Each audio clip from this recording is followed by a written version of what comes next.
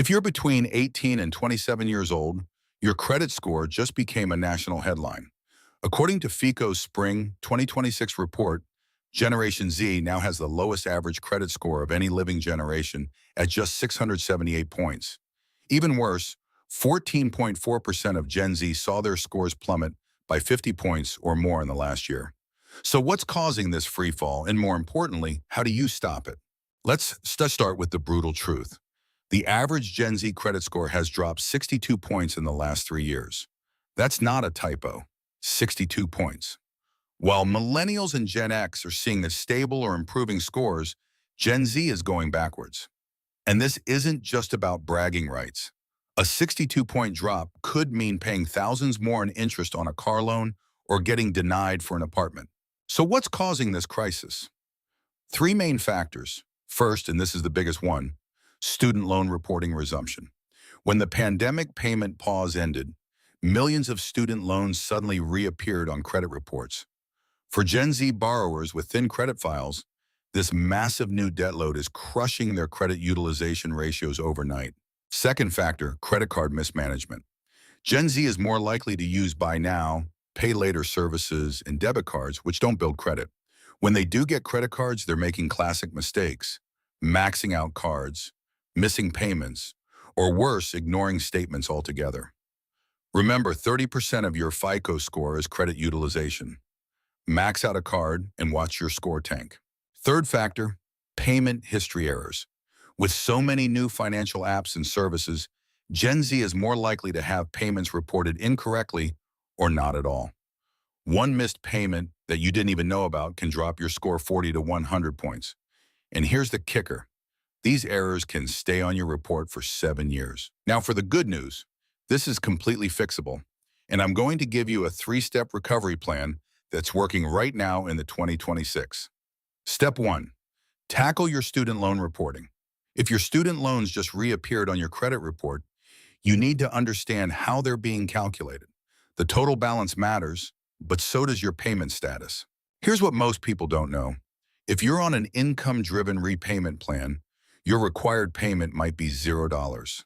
And guess what? Making a $0 payment still counts as an on-time payment for your credit report. This is a game changer. Get on the right plan, make those payments, and watch your payment history improve month after month. Step 2, fix your credit card utilization. The magic number is 30%. Never let any card balance exceed 30% of its limit. If you have a $1,000 limit, keep your balance under $300. Better yet, under 10%. Pay your card multiple times per month if you have to. This single change can boost your score 50 points in 60 days. Step 3, audit your credit reports monthly.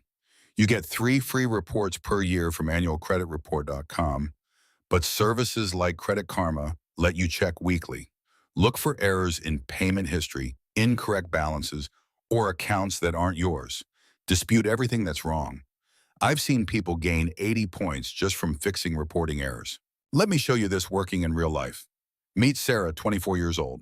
Her score dropped from 720 to 630 when her student loans reported. She got on an income-driven plan, brought her credit card utilization from 90% down to 15%, and disputed 2 incorrect late payments. 9 months later, 745. That's a 115-point recovery. Or take Marcus, 26. He had no idea his buy now, pay later purchases weren't building credit. He got a secured credit card, used it for gas and groceries, paid it off weekly, and added himself as an authorized user on his parents' old account. 6 months, from 650 to 720.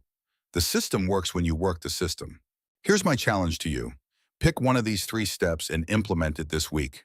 Student loan plan, credit card utilization, or credit report audit. Just one. Because here's the truth. Your credit score isn't just a number. It's your financial reputation. It determines where you can live, what you can drive, and sometimes even where you can work. So tell me in the comments, which step are you tackling first? Student loans, credit cards, or credit report errors? And if you've already recovered your score, share your story to help others. Don't forget to subscribe and hit that notification bell because next week we're breaking down the 5 credit cards that are actually helping Gen Z build credit in 2026.